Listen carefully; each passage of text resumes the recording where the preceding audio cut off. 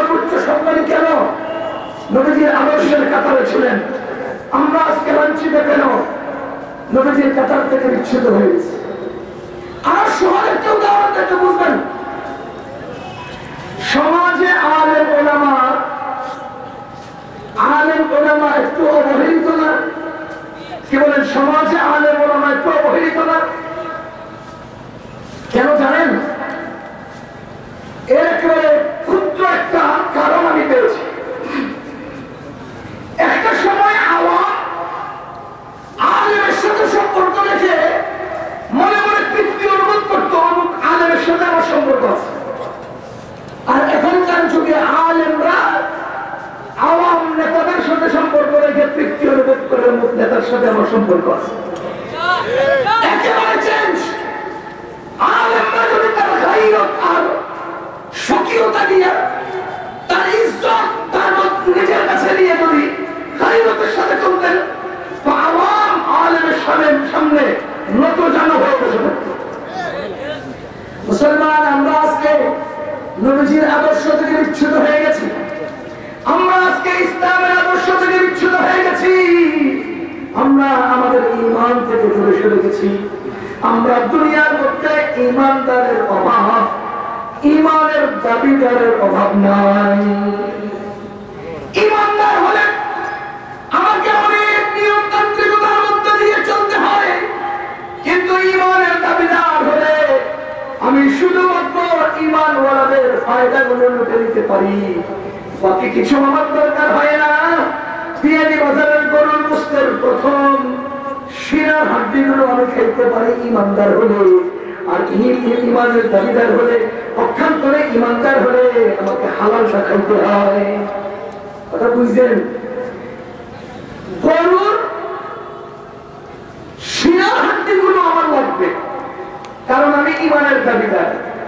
এই জন্য পকেটের টাকা হালাল না হারাম করতে আমি চাই না, শিরা চাই। আর আমি যদি ঈমানদার হতাম, শিরা পাই আর না পাই, পকেট ঠিক রাখতাম। কথা বুঝতেছেন আপনারা? যারা আল্লাযীনা ইউমিনুন, যারা ঈমান আনে, যারা বিশ্বাস করে। মুসলমান, ঈমান হলো অন্তরের কাজ। ঈমানের প্রথম দাবি হলো তাওহীদ, লা ইলাহা ইল্লাল্লাহ। ঈমানের প্রথম দাবি হলো তাওহীদ। বলেন, ঈমানের প্রথম দাবি কি? তাওহীদ মানে আল্লাহর একত্ববাদে বিশ্বাস। আল্লাহ ছাড়া কোনো মাবুদ নাই, আল্লাহ ছাড়া কোনো মাবুদ নাই। লা ইলাহা ইল্লাল্লাহ, আল্লাহ ছাড়া আর কোনো রিজিক দাতা নাই, আল্লাহ ছাড়া আর কোনো হুকুম দাতা নাই। আল্লাহু আহাদ, আল্লাহ হলেন একক, আল্লাহ হলেন একক। আল্লাহুস সামাদ, তিনি অমুখাপেক্ষী, দুনিয়ার সব কিছু তার মুখাপেক্ষী। আস-সামাদ, এই শব্দটা একমাত্র আল্লাহর সাথে যায়, আর কারো কাছে যায় না, আর কারো সাথে যায় না। আস-সামাদ এর অর্থ হলো তিনি কারো মুহতাজ না, অথচ দুনিয়ার সব মাখলুক তার মুহতাজ। মুসলমান, খেয়াল করেন, আমি এই মুহূর্তে আপনাদের মুহতাজ না, আপনারাও আমার মুহতাজ না। আমি জীবন চলার জন্য আপনাদের কারো মুহতাজ না, আপনারাও জীবন চলতে আমার মুহতাজ না। সুতরাং আপনারাও এখানে আসমাদ হতে পারেন না। না না, মনে রাখেন, আপনারা আমার মুহতাজ না, আমিও আপনার মুহতাজ না। এই দুইজন আলাদা জায়গায়, কিন্তু আমিও অন্যের মুহতাজ, আপনিও অন্যের মুহতাজ। সুতরাং আসমাদ করা হয় ওই সত্তাকে যিনি কারো মুহতাজ না, অথচ সব কিছু তার মুহতাজ। আল্লাহুস সামাদ, তিনি হলেন অমুখাপেক্ষী। আরে না, শুধু তিনি অমুখাপেক্ষী কথা বললে আসমাদের অনুবাদ হয় না। আসমাদের অনুবাদ হলো তিনি অমুখাপেক্ষী, দুনিয়ার সব তার মুখাপেক্ষী। আসমাদ, তিনি কারো মুহতাজ না, মুখাপেক্ষী না, দুনিয়ার সব কিছু তার মুখাপেক্ষী। এটা হলো তাওহীদের পরিচয়। লাম ইয়ালিদ ওয়া লাম ইউলাদ, তিনি জন্ম দেন নাই, তাকেও কেউ জন্ম দেয় নাই। লাম ইয়ালিদ ওয়া লাম ইউলাদ, খুব খেয়াল করেন মুসলমান, লাম ইয়ালিদ ওয়া লাম ইউলাদ নফি জাহাদ দ্বারা আল্লাহ তাআলা ইস্তেমাল করেছেন। নফি জাহাদ করা হয় এমন ভাবে কোন একটা বিষয়কে নফি করা। আমি যেখানে আছি এখান থেকে পিছনের পূর্ণ সময়কে নফি করার জন্য নফি জাহাদ ব্যবহার হয়। আল্লাহ তাআলা বলেন, লাম ইয়ালিদ অতীতে কেউ তাকে জন্ম দেয় তিনি কাউকে জন্ম দেন নাই ওয়া লাম ইউলাদ কেউ তাকে জন্ম দেয় নাই মনে রাখেন এটাই হলো আমাদের ঈমান আমাদের আকীদা লাম ইয়ালিদ ওয়া লাম ইউলাদ তিনি কাউকে জন্ম দেন নাই তাকে কেউ জন্ম দেয় নাই وقالت اليهود عزير ابن الله وقالت النصارى المسيح ابن الله يهودنا عزير কে আল্লাহর বেটা বলে খ্রিস্টানরা মসিহ কে আল্লাহর বেটা বলে মুসলমানরা লাম ইয়ালিদ ওয়া লাম ইউলাদ বলে কথা কি বুঝতেছেন আপনারা ইহুদিরা উযাইরকে কার বেটা বলে আল্লাহ বলেন লাম ইয়ালিদ তিনি কাউকে জন্ম দেন নাই যদি জন্ম না দেন তাহলে উযাইর আল্লাহর বেটা কিভাবে হয় আল্লাহ বলেন লাম ইয়ালিদ তিনি কাউকে জন্ম দেন নাই তিনি কারো বাবা না ওমিয়া তিনি যদি বাবা না হন তাহলে ওয়াকালাতিন নাসারা মাসিহ আল্লাহ মাসিহ আল্লাহর বেটা কিভাবে বলেন বুঝা গেল ইহুদিদের ঈমানে সমস্যা আছে খ্রিস্টানদের ঈমানে সমস্যা আছে وقالت اليهود عزير ابن الله وقالت النصارى المسيح ابن الله মুসলমানদের কওল হলো লাম ইয়ালিদ ওয়া লাম ইউলাদ আল্লাহ কাউকে জন্ম দেন নাই আল্লাহ কেউ জন্ম দেয় নাই এটা প্রথম মানাটা বুঝেন লাম ইয়ালিদ ওয়া লাম ইউলাদের মানে হলো আল্লাহ কারো বাবা নন আল্লাহ কারো সন্তান নন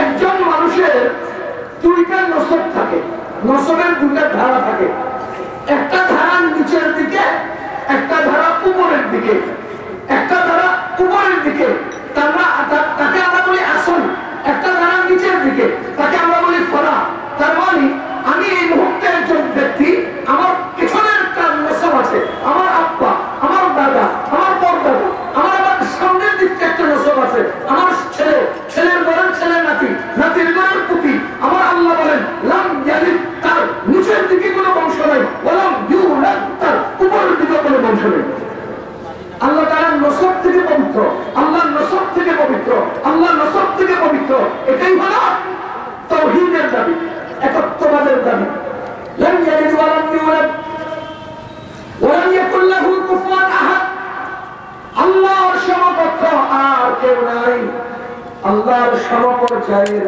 আর কেউ সবাই বলেন আল্লাহর সমপর্যায়ের আর কেউ কোথায় নাই সবাই বলেন কোথাও নাই আল্লাহর সমপর্যায়ের আর কেউ নাই ওয়ালাম ইয়াকুল লাহু কুফুয়ান আহাদ আল্লাহর সমপর্যায়ের আর কেউ নাই সমকক্ষ আর কেউ নাই লা মিসলা লাহু ওয়ালা মাসীলা লাহু ওয়ালা জিদ্দা লাহু ওয়ালা নিদ্দা লাহু আল্লাহর সমকক্ষ আর কেউ নাই যদি থাকতো সমস্যাটা কি আমার আল্লাহ বলেন লাউ কানা ফীহিমা আলিহাতুন ইল্লাল্লাহু লাফাসাদাতা আল্লাহ ছাড়া যদি আসমান জমিনে অন্য কোন সমক্ষমতার অধিকারী আর ইলাহ থাকতো আসমান জমিন ধ্বংস হয়ে যেত अगर दो खुदा हो तो संसार में अगर दो खुदा हो तो संसार में तो दोनों मुला हो तो संसार में खतरनाक होता ज़माने का रंग हुआ करती हर रोज दोनों में जंग इधर एक कहता कि भाई मेरे उधर एक कहता मियाँ चुप रहो आखिर ज़मीन का पति आसमां का पता लड़ाई से सारा जहां का पता लौ कान फीहिमा आलिहतुन इल्लल्लाहु लफसदता আসমান জমিনে যদি আল্লাহ ছাড়া অন্য কোন ইলাহ থাকতো তবে কি হতো লাফাসাদাতা আসমানে আসমান থাকতো না জমিনে জমিন থাকতো না আল্লাহর কোন সৃষ্টির অস্তিত্ব থাকতো না প্রতিনিয়ত সমক্ষমতার দাপটে সব ধ্বংস হয়ে যেত আচ্ছা আপনারা বলেন তো পালাইছে যে সরকার এর নাম কি কোন না এখন আর ডর নেই এখন আর ডর নেই কত 15 বছর বলতে দেয় নেই আমরা 3-15-45 বছর যাবত বলতে পারবো আমরা এই মাফি হতে দিবে না গত বছর কত পাওয়ার দেখাইছে ওই পাওয়ার লেস পুরুষ বলেন পুরুষ সমস্ত ক্ষমতা পুরুষ কথা বুঝতেছেন আপনারা সুতরাং একটা সরকার পতনের মোটা 3টা কারণ থাকে ফেরাউন অর্জন করেছে, যে কারণে তার পতন হয়েছে, এদের মাত্র 15 বছরে তাই অর্জন, সেই কারণেই পতন। অঙ্ক মিলে এগুলি বুঝবেন। ফেরাউন নিজেকে রব দাবি করেছে, আনা রব্বুকুমুল আ'লা। আপনাদের নেত্রী নিজের রব সরাসরি না বললেও 18 কোটি মানুষকে আমি খাওয়াই, এ কথাটা বলছে। সেই ব্যক্তি নিজের পেশাব কন্ট্রোল করতে পারে না, হ্যাঁ নাকি 18 কোটি মানুষের খাওয়ায়। কথাটা মিয়া ভাই, আপনাদের নেত্রী আর ফেরাউন পতনীয় সমান, পতনীয় সমান। ফেরাউন ডুবে গেছে, বলেন ফেরাউন ডুবে গেছে, বলেন ফেরাউন ডুবে গেছে। আপনাদের নেত্রী উড়ে গেছে, বলেন আপনাদের নেত্রী উড়ে গেছে। ডুবে যাওয়া আর উড়ে যাওয়া একই কথা, বলেন একই কথা। ডুবে গিয়া মরে গেছে। এবার আপনি বলবেন আপনার নেত্রী তো উড়ে গিয়া মরে নেই। 2 কারণে মরে নেই। 1 নম্বর কারণ সে বেড়ি মানুষ, আল্লাহ দয়া করছে। 2 নম্বর কারণ নিজের এবং চামচাদের পরিণতি দেখার পাখি রয়ে গেছে, মরে গেলে দেখতো না। এই জন্য ওই মালিক কি এমন মানুষের সামনে টাকা নিয়ে কলা পাতায় শোয়া দিছে, এটা তো দেখাইতে হবে আল্লাহ, এই জন্য করে মানে নেই। 2 নম্বর, আলেম ওলামাকে তুমি সরকারি হেডকাপ লাগাইয়া জেলখানায় পাঠাইছো, তোমাদের সালমানের রহমান আর আনিসুল হকদেরকে পাবলিকের ছাগলের রশি দিয়ে বাইরে জেলখানায় পাঠাইছো, এই জন্য আল্লাহ মানে নেই। ওটা বুঝতেছেন? কিন্তু আপনি বলেন তো, সে না মরলেও তার মরণের বাকি রয়েছে কোনটা? বলেন বাকি রয়েছে কোনটা? পৃথিবীর কোন 1 ইঞ্চি জমিনে দাঁড়ানোর জায়গা নাই।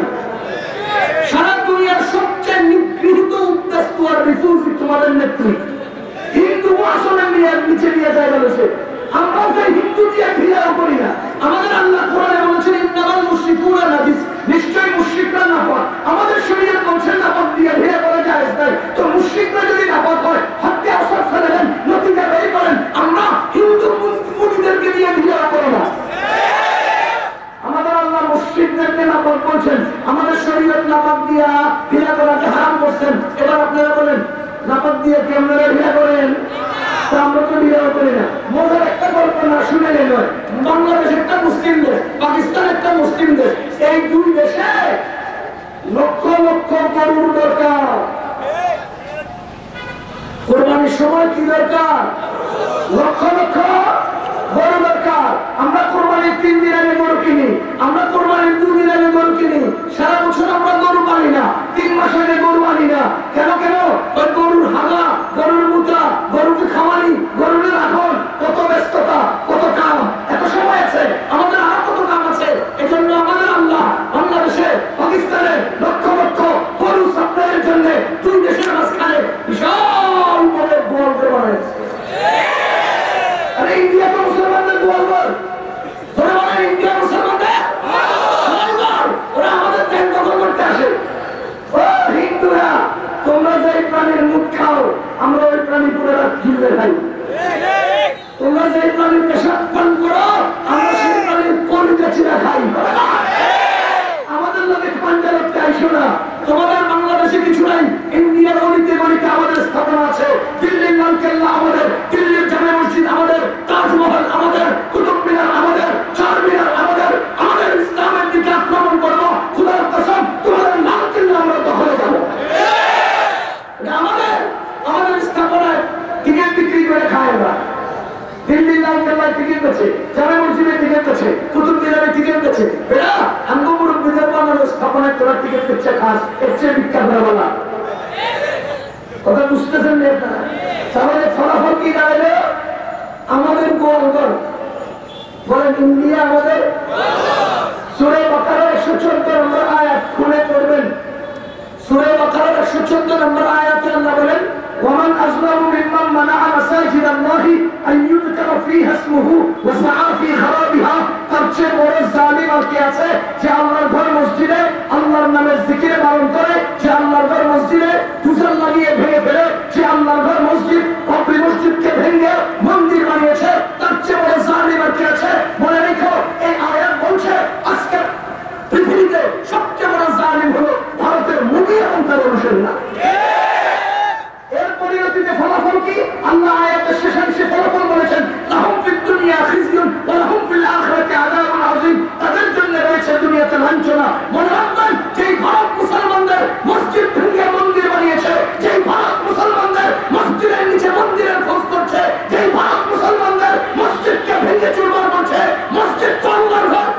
ইন্নাল মাসাজিদা লিল্লাহি, না এটা মুসলমানের নয়, আল মসজিদ বাইতুল্লাহ, এটা মুসলমান ঘর। এই আল্লাহর ঘরে যারা হাত দিয়েছে মনে রাখবেন অচিরেই তাদের ভয়ঙ্কর লাঞ্ছনা অপেক্ষা করছে, অচিরেই তাদের ভয়ঙ্কর লাঞ্ছনা অপেক্ষা করছে। বেশি দিন নাই ইন্ডিয়া ভেঙে চুরমার হয়ে যাবে, রাশিয়ার মতো মাথা এমন নিচে নামবে যে আর কখনো মাথা উঠে পারবে না, উঠেতে পারবে না। কোরআনের আয়াত।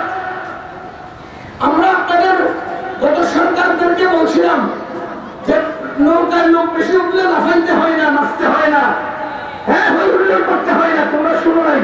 কিন্তু জোহরের নামাজের আজান দিয়েছে, জোহরের নামাজের টাইম শেষ হওয়ার আগে এই মিথ্যার সাম্রাজ্য উড়ে গিয়েছে, শেষ। বুঝে ধরে নাই, আমাদের কথা বুঝে ধরে নাই। কোরআনের অকাট্য দলিল দিয়ে বলছি, নুসুস দিয়ে বলছি, তোমাদের বুঝে ধরুক আর না ধরুক, আমরা দেখে যেতে পারি বা না পারি, ভারতের কপালে ভয়ঙ্কর লাঞ্ছনা, গঞ্জনা, অপদস্থতা অপেক্ষা করছে। কোরআনের আয়াত অকাট্য দলিল, এর চেয়ে সত্য কোন দলিল হতে পারে না। মুসলমান বলবেন যে পাওয়া আসবে কোথেকে, তাদেরকে এত নাকানি চুমানি খাওয়ানো শক্তি আসবে কোথেকে? ওই যে 5ই আগস্টে যেখান থেকে আসছে ঠিক সেখান থেকে আসবে, বুঝলেন না? আমরা পালাবো না, আমরা ফখরুল সাহেবের বাড়িতে গিয়ে উঠবো, ওই তুমি ডানা কাটা বকা খাবো, তোর সব নাই, সব নাই। সাবধান, হিজবুল আহলির এই সম্মেলন থেকে সারা বাংলাদেশের সব, সারা দুনিয়ার সব আওয়ামী লীগকে বলছি, কিয়ামত পর্যন্ত নিজেদের আওয়ামী লীগ পরিচয় দিবা না, লজ্জা যদি থাকে আওয়ামী লীগ পরিচয় দিবা না। আয়না করে যারা জীবন্ত মানুষ করে তাদের দলের সদস্য তুমি পরিচয় দিতে লজ্জা করা উচিত। হাজার হাজার কোটি টাকা দেশ থেকে বিদেশে পাচার করে যায় টাকা, সেই টাকাদের দলের সদস্য তুমি পরিচয় দেওয়া লজ্জা করা উচিত। পরিচয় দিবা না। তবে তোমার একটা বুদ্ধি দিতে পারি, আমাদের তাবলীগের নিচেও লীগ, তোমাদের আওয়ামী লীগের পরেও লীগ, 2 লীগ মিল আছে, সব আওয়ামী লীগ তাবলীগে চলে যাও, চিনে লাগাও, মানুষ হও। দাওয়াত দিলাম। আল্লাযীনা ইউমিনুনা বিল গায়ব। আমি এই আয়াতের ঈমানের পরিচয় আলোচনা করছিলাম। লাউ কানা ফীহিমা আলিহাতুন ইল্লাল্লাহু লাফাসাদাতা। যদি আসমান জমিনে আল্লাহ ছাড়া অন্য কোনো ইলাহ থাকতো তবে আসমান জমিন ধ্বংস হয়ে যেত। আমি আপনাদেরকে উদাহরণস্বরূপ বলতে চাই, কত সরকার যে পালালো, সে ছিল একটা মহিলা। আওতারামের সরকার যে অসুস্থ হয়ে এখন পড়ে আছে, সেও একজন মহিলা। 2 জন মহিলার জিনিসে এক, যোগ্যতায়ও এক। কেন? একজন প্রধানমন্ত্রী ছিল, আর 2 জনেই প্রধানমন্ত্রী ছিল। খালেদা জিয়াও প্রধানমন্ত্রী ছিল, হাসিনাও প্রধানমন্ত্রী ছিল, 2 জনেই তো জিনিসে এক নারী। এই 2 জনকে একসাথে বাংলাদেশের প্রধানমন্ত্রী বানালে সমস্যাটা কি? আপনারা বলেন কোন সমস্যা? সবাই বলেন শেখ হাসিনা আর খালেদা জিয়ারা একসাথে বাংলাদেশের প্রধানমন্ত্রী বানালে সমস্যা কি? যদি আপনি বলতেন যে একজনের যোগ্যতা বেশি আর একজনের যোগ্যতা কম, না না, 2 জনের যোগ্যতা সমান, কারণ 2 জনেই তো প্রধানমন্ত্রী ছিল। যদি বলেন একজন পুরুষ একজন নারী, হতে পারে না। আরে না না, 2 জনের জন্য নারী, সমান জিন্স, সমান ক্ষমতা, সমান যোগ্যতা, তাহলে 2 জনকে প্রধানমন্ত্রী বানালে কি হতো? আমার আল্লাহ বলেন লাফাসাদাতা। 2 জনের চুরাচুরিতে পুরো দেশের ইঞ্চি ইঞ্চি জমিন ধ্বংস হয়ে যেত।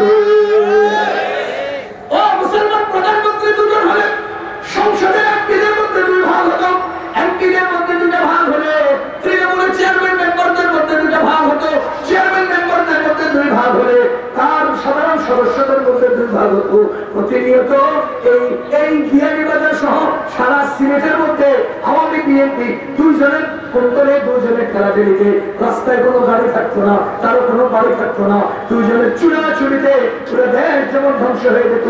আমার আল্লাহ বলেন লাউ কানা ফীহিমা আলিহাতুন ইল্লাল্লাহু লাফাসাদাতা। আসমান জমিনে যদি আল্লাহ ছাড়া অন্য কোনো ইলাহ থাকতো তবে আসমান জমিন ধ্বংস হয়ে যেত। সেইভাবে তোমাদের 2 জন একাত্মা প্রধানমন্ত্রী হলে দেশ ধ্বংস হতো, সেইভাবে আল্লাহর ক্ষমতা এরকম সমপর্যায়ের ক্ষমতা আরেকজনের থাকলে 2 জনেই সব ধ্বংস করে ফেলত। মুসলমান আল্লাহর বান্দাগণ, যে কোনো কার্যক্রমে প্রধান পরিচালক থাকতে হয় কয়জন? ঘুরে বলেন কয়জন? আবার বলেন। কেন বলেছি জানেন? কেন বললাম জানেন? আজকে বাংলাদেশের 70-95% পরিবার ধ্বংস হচ্ছে, তার কারণ স্বামী আর স্ত্রীর সমক্ষমতার অধিকারী। স্বামী আর স্ত্রী দুজন সমক্ষমতার অধিকারী, এজন্য পরিবার ধ্বংস হচ্ছে। কারণ পরিবারের দুই কুলা সমান সমান ক্ষমতার অধিকারী হলে ওই পরিবার ধ্বংস হয়। আমাদের পরিবার ধ্বংস হচ্ছে কারণ আমরা স্বামীরা নারীর কাছে চলে গেছি, নারীরা আমরা মাথা ঢুকে গেছি। কথা বুঝতেছেন যে আপনারা?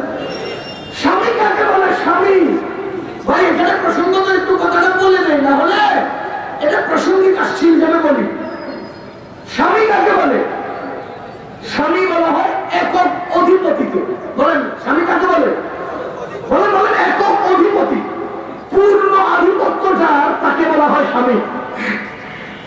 আমাদের মাদ্রাসার ছাত্ররা বলতে পারবেন, সূরা ফাতিহার একটা কবিতা অনুবাদ আছে, অনন্ত অসীম প্রেমময় তুমি, এরপরে বিচার দিনের স্বামী। অনন্ত অসীম প্রেমময় তুমি, বিচার দিনের স্বামী। এটা কোন আয়াতের অনুবাদ? মালিক ইয়াউমিদ্দিন। এবার আপনারা বলেন ইয়াউমিদ্দিনের একক আধিপত্য কার? লিমানিল মুলকুল ইয়াউম লিল্লাহিল ওয়াহিদিল কাহ্হার। কিয়ামতের দিনের একক অধিপতি কে? তিনিই তো মালিক। মালিকের অনুবাদ হলো স্বামী। অনন্ত অসীম প্রেমময় তুমি, বিচার দিনের স্বামী, কিয়ামতের ময়দানের একক অধিপতি যিনি, তিনিই স্বামী। পূর্ণ আধিপত্য যার, তিনিই স্বামী। আমাদের ঘরে ঘরে স্বামীদের কাম কি? আধিপত্য নাই, এজন্যই তো তুমি বিপদে আছো। স্বামীরা এখন মারায় হাকিকতে স্বামী নেই, শুধু জিম্মাদারিতে স্বামী। মারায় হাকিকতে এখন কোন পরিবারের স্বামীরা স্বামী নেই। স্বামীরা ব্যাগ টানে, স্বামীরা ব্যাগ বহন করে। টাকার ব্যাগ কার হাতে?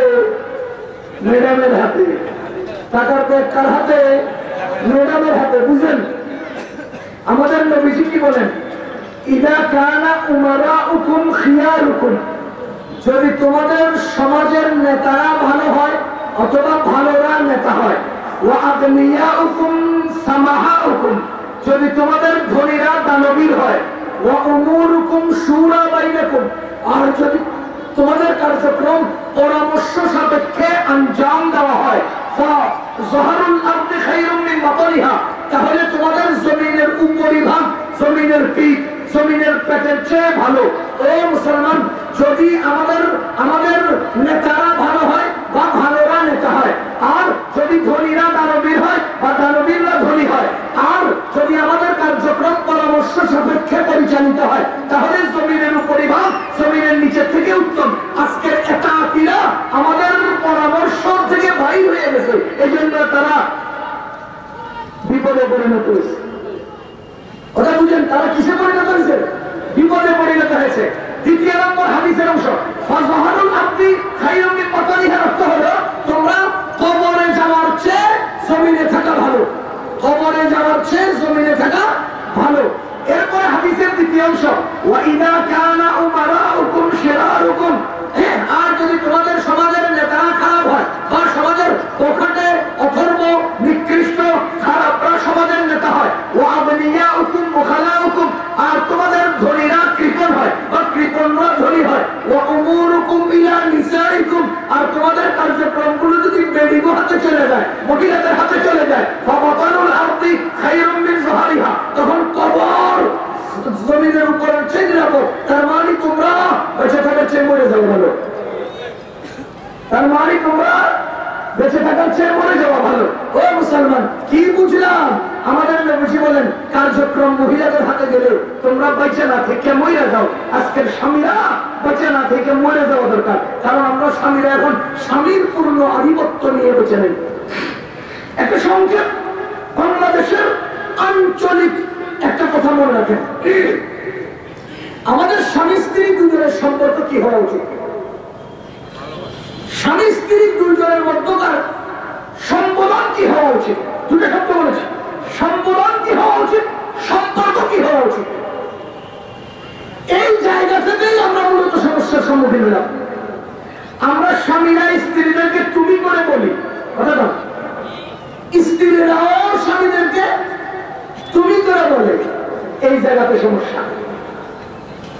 বাংলাদেশে খুব খেয়াল করেন, বাংলাদেশের সম্বোধনমূলক শব্দ হলো তিনটা। বাংলাদেশের সম্বোধনমূলক শব্দ কয়টা?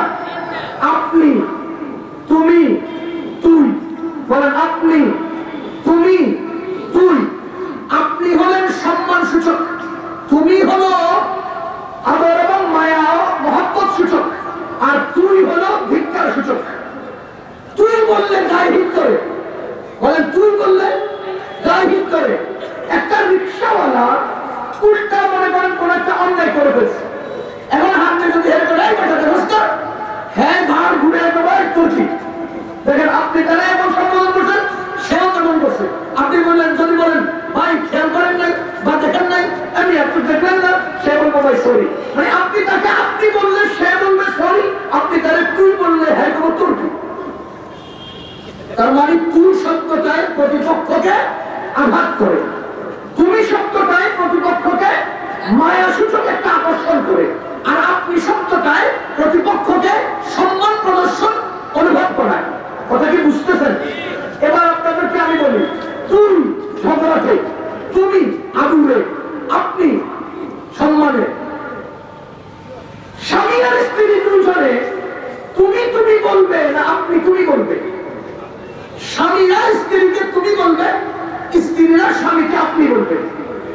আমার আব্বা, দাদা, আমার চাচা, মামা, আমার উস্তাদগণ এবং আমার আত্মীয় স্বজন কোন স্ত্রী স্বামীকে তুমি বলতে আমরা শুনি নেই, দেখি নেই, শিখি নেই, এবং সেটা আমরা সহ্য করতে পারি না। কিন্তু আপনাদেরকে যদি বলি স্ত্রী আপনাকে তুমি কেন বলে, এটা মায়া মায়া, এটা সম্মান, এটা আদর আদর, এটা ভালোবাসা ভালোবাসা না। ও মিয়া ভাই, এইটা একটা পিলার মনে করেন, ওই লাস্টের পিলার, অথবা আমি এই পিলারটাকে মনে করেন আপনি, এই মাইকটা হলো তুমি, এই পিলারটা হলো তুই। আপনারা কি আমার কথা বুঝতেছেন?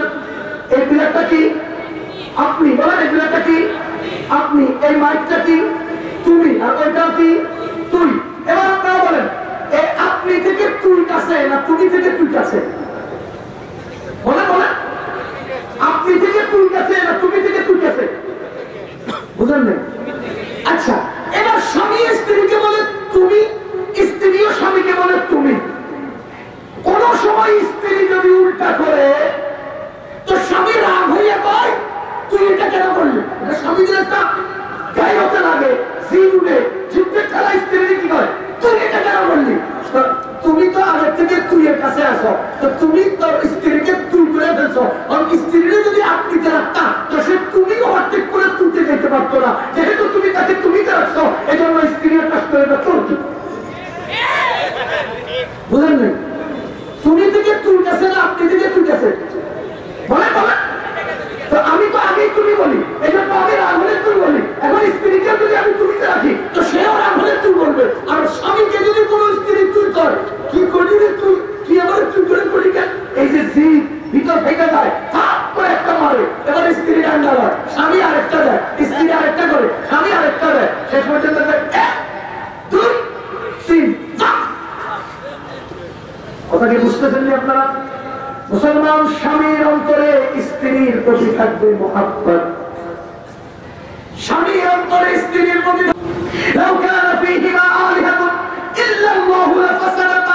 পরিবারে যদি সমান ক্ষমতার দুইজন এসে যায় তখন পরিবার ধ্বংস হয়। ও মুসলমান, আজকের পরিবারে সমান ক্ষমতার দুইজন, এই জন্যই পরিবারগুলো ধ্বংস হয়। আসমান জমিনে যদি আল্লাহ ছাড়া সমান ক্ষমতার আরেকজন থাকতেন তাহলে আসমান জমিন ধ্বংস হয়ে যেত। যেহেতু ধ্বংস হয় নাই সেহেতু লা ইলাহা ইল্লাল্লাহ লাম ইয়াকুল লাহু কুফুয়ান আহাদ, আল্লাহর সমকক্ষ আর কেউ নাই, আল্লাহর সমকক্ষ আর কেউ নাই। আল ঈমান আল্লাযীনা ইউমিনুনা, যারা আল্লাহর উপর ঈমান আনে। রাসূল করিম সাল্লাল্লাহু আলাইহি ওয়াসাল্লাম বলেন, আল ঈমানু বিদউন ওয়া সাবউনা শুবা, ঈমানের 70 এর উপরে শাখা আছে ফাফদালুহা কাউলু লা ইলাহা ইল্লাল্লাহ ফাফদালুহা কাউলু লা ইলাহা ইল্লাল্লাহ ওয়া আদনাহা ইমাতাতুল আদা আনিত তরিক ওয়াল হায়াউ শু'বাতুন মিনাল ঈমান الإيمان بضع وسبعون شعبة فأفضلها قول لا إله إلا الله মুসলমান খেয়াল করবেন ঈমানের 70 এর উপরে শাখা আছে এর মধ্যে সর্বপ্রথম শাখা হলো মুখে ইকরার মুখে উচ্চারণ লা ইলাহা ইল্লাল্লাহ মুখে কি বলবো লা ইলাহা ইল্লাল্লাহ আমি এখানে একটা প্রাসঙ্গিক কথা না বললে নয় লা ইলাহা ইল্লাল্লাহ আমরা অনেকেই জিকির করি লা ইলাহা ইল্লাল্লাহ এটা ঈমানের 70 এর উপরে শাখার প্রথম শাখা মুখে বলা লা ইলাহা ইল্লাল্লাহ আফসোস আজকে আমাদের দেশের কতিপয় লোক লা ইলাহা ইল্লাল্লাহ জিকির করে অথচ জিকিরটাকে শুদ্ধ করে না সহি করে না মনে করে যে জিকির করতেছে আমল করে আমলটাকে সহি করে না ভাইয়া অনেক জায়গায় দেখা যায় দলবদ্ধভাবে সংঘবদ্ধভাবে অনেক সময় মাইক লাগিয়ে জিকির করে কি লা ইলাহা ইল্লাল্লাহ লা ইলাহা ইল্লাল্লাহ কি ভাই পাপ করুয়া কাউলু লা ইলাহা ইল্লাল্লাহ এবার তিনে লিখতাম না তারপরে লা ইলাহা তো আমার মামতো বলেন না লা ইলাহা তো আমার শাস্ত্র বলেন না লা ইলাহা তো আমার উত্তর বলেন যে ধর্মাইয়েন না মানে লা ইলাহা এটা কি জিকির হইল এটা তো তামাশা হইল এরকম ধাক্কা মারার কি দরকার লা ইলাহা ইল্লাল্লাহ লা ইলাহা ইল্লাল্লাহ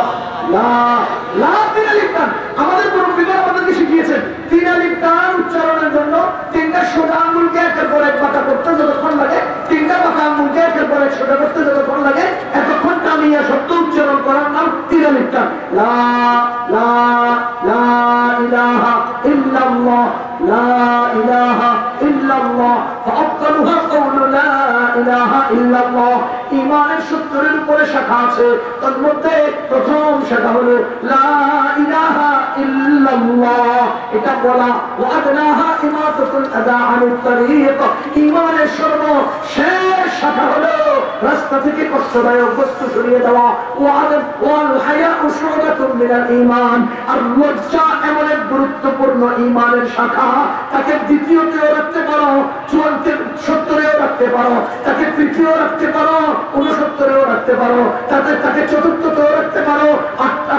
68-তেও রাখতে পারো ওয়াল হায়াউ শু'বাতুন মিনাল ঈমান হায়া ঈমানের এমন এক শাখা যাকে তুমি যে কোনো জায়গায় স্থাপন করতে পারো যার হায়া নাই তার দ্বারা যা ইচ্ছা তা করতে পারে ওয়াল হায়াউ শু'বাতুন মিনাল ঈমান ইযা লাম তাস্তাহি ফাস্তা' মা শি'তা এজন্যই নবী বলেন হায়া যদি না থাকে তোমার যা মন চায় তা করো লজ্জা যদি না থাকে তো তুমি চট করে আবার বাংলাদেশে আসার দুঃসাহস দেখাও লজ্জা যদি না থাকে তাহলে তুমি বলো আমি কাফিরা আছি যখন তখন চট করে ঢুকে যেতে পারি সব জায়গায় তোমার লোক তুমি এরপরও টিকতে পারলা না এখন চট করে আসিয়া কোনি খাইবার অপেক্ষা করছো আর কি করবা ও মুসলমান হায়া হলো সবচেয়ে গুরুত্বপূর্ণ ঈমানের শাখা الإيمان بضع وسبعون شعبة فأفضلها قول لا إله إلا الله وأدناها إماطة الأذى عن الطريق والحياء شعبة من الإيمان الذين يؤمنون جرى إيمانا أي ويصدقون جرى بالشاش بالغيب কিসের উপরে গায়বের উপরে কিসের উপরে গায়ব কাকে বলে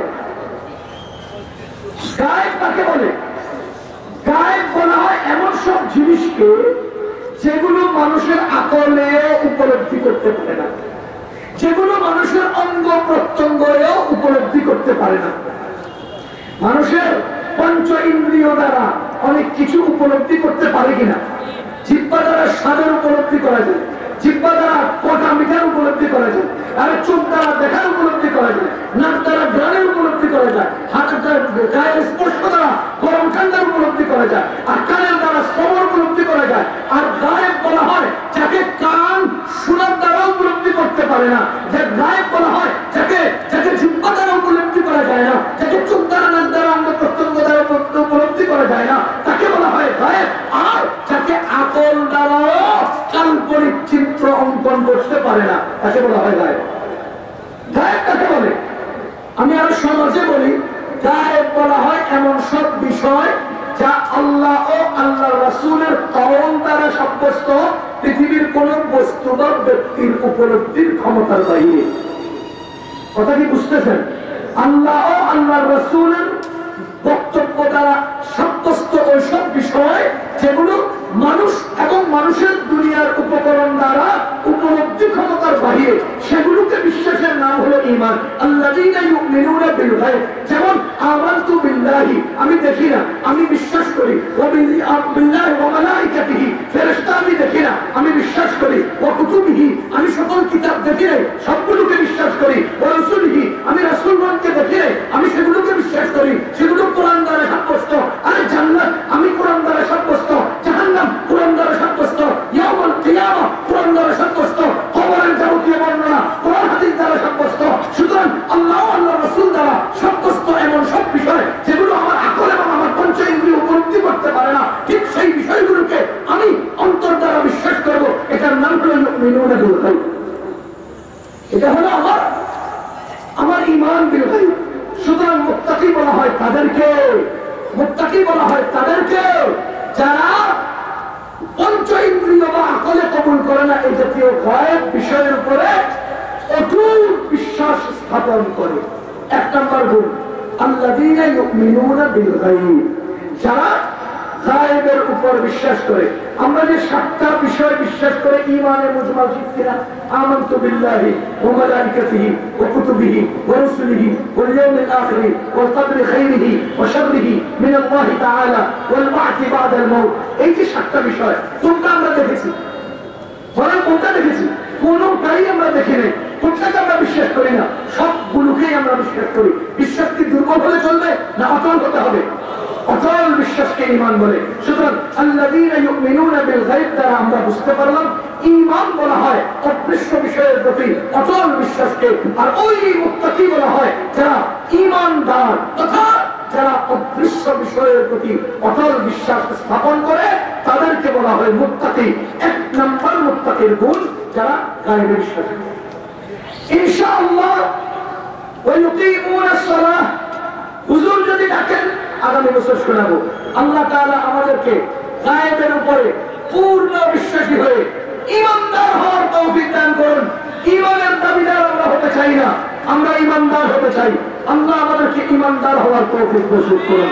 সুবহানাল্লাহি ওয়া বিহামদিহি, সুবহানাকাল্লাহুম্মা ওয়া বিহামদিকা, আশহাদু